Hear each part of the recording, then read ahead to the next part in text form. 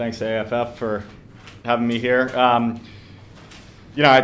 think all three of us probably could have covered any of these subjects, and sort of success is kind of a funny subject in entrepreneurship, because I think true entrepreneurs really never believe that something is successful and that their job is done. So, at the really success, if I'm going to define it just very simply, is kind of when you wake up and you're kind of in the way of your business. So it's kind of the opposite of what you think initially. So anyway, real quick, could I get a show of hands just from the audience? Like, how many of you are thinking about starting a business, are already own your own business, or what?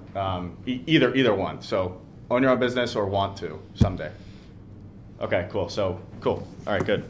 All right. So in terms of sort of a breakdown of how to make the leap, because that's what I think entrepreneurship is making a leap from something known to something unknown. And Joanna was talking about how she made a really big leap just without doing a lot of research and just kind of jumping. I'm going to talk a little bit more about kind of a roadmap for maybe if you're in a job currently and want to build towards having your own company, what might make sense there.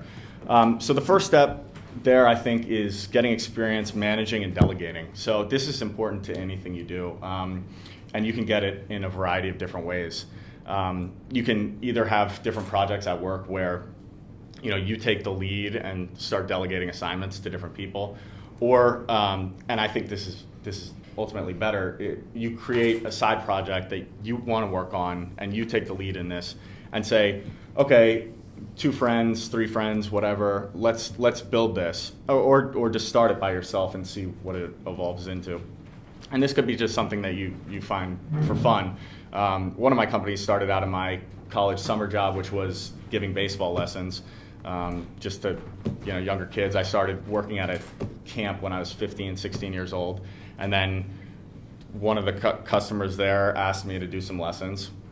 I started giving him lessons, and it's not, the beginning is not glamorous ever. On just a random field. Any part of it glamorous? When is the gig glamorous? I'm not sure. I'm not sure. That's a good point. But sort of, giving baseball lessons at parks and just running around, driving around all over the place, and eventually that turned into, over the course of years, working with some other people along the way, and always building there. So I did that over sort of during my summers when I was home from college, and then 2 years I worked for Sherwin-Williams after I graduated. So I worked for the big paint company, Sherwin-Williams. They're like $8 billion. They just bought Comex out of Mexico. So they're bigger now, probably a $10 billion a year company. And they have a management training program. So it's sort of like risk-free management. So I got to manage a store, which was awesome, because I got to delegate stuff to other employees and got experience managing. I also got experience speaking Spanish, and really became fluent in that through that process. So those were all things that helped. But the managing and delegating is key. And again, if you create that side project, and that starts going better, you can have more help from friends who will eventually become your employees. So if you do it as a side project, you also have the benefit of having an income while you're doing it, so that you don't just sort of wake up one day and say, okay, I'm in a couple $100,000 worth of debt and my business isn't going well. Oh shit, right? Sort of Joanna had to work through that burning fire of like, okay, this might not work out. I sort of had customers going in and got to have an opening party with 100 customers already right at the beginning, which was huge there. But eventually you take a jump, and you can't possibly be fully prepared for that. you can have some sort of financial plans, business plans, but you gotta just at some point say, I'm going to do this. Let's go. And along the lines of taking a leap, I was telling someone the other day, it's sort of like, you're on land and you're jumping into water, but if you have a good network, the network will kind of support you in that, so that you don't sink right to the bottom. You might sink a little bit, but if you build up that network beforehand, they'll be able to sort of lift you up and support you in that process. It's hard to explain until you actually do it what it really feels like, but it's an interesting jump for sure. So the next phase after you actually jump and open something up is the grind and hustle phase, where it's just an unbelievable. I worked seven months in a row with 5 days off, including Christmas, New Year's, Thanksgiving. In that whole process, right?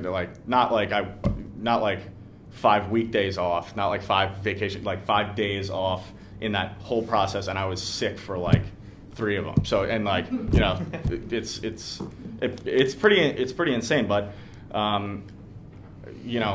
sort of the moment for me where it was really like this is the grind and this is what I'm doing was in January of last year.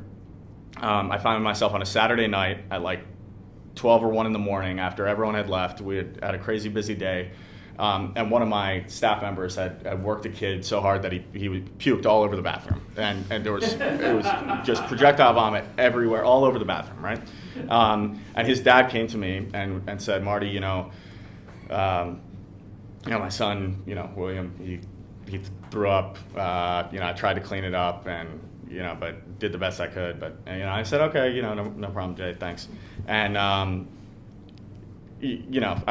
was super appreciative that he said something to me. But there's puke everywhere, and it's 1 o'clock in the morning, a Saturday night, right? My friends who I did hang on with before I opened this place, they're not even calling me because they know I'm not going to be there. And I'm cleaning, cleaning throw up off a floor, at 1 o'clock in the morning. And so that was the moment where I was like, okay, wow, I really, this is what I signed up for. And at that point, you either break down or you push through. And I pushed through there. And, a couple months later, I was kind of in the way and brought somebody on as a general manager to run that place. So, anyway, that's sort of one measure of success. I didn't feel any different. Sort of start a business and you think, okay, I'm going to start this thing and it's going to be great, and then I'm going to feel different. Sort of like Will Ferrell when he in Old School when he gets married. It's like I don't feel different, but I didn't feel different, and then all of a sudden there was this business that ran without me, and so anyway, I'm in the process of building this other company, EasyPaint, and it's really interesting to see the differences, and I think the coolest part of entrepreneurship is the ability to choose who you work with and to make connections with incredibly cool people. So like having sort of as a kid, my dream was to play Major League Baseball. I now have Major League Baseball players who are working for me. In business, like you see these big time guys, and we're in the process with EasyPaint of bringing on the former CEO Benjamin Moore, and that kind of stuff is incredibly cool, and really passionate people, really smart people. That's what really makes it all worthwhile for me, and success, whatever you call that, working with awesome people is what it's all about for me. So that's kind of that.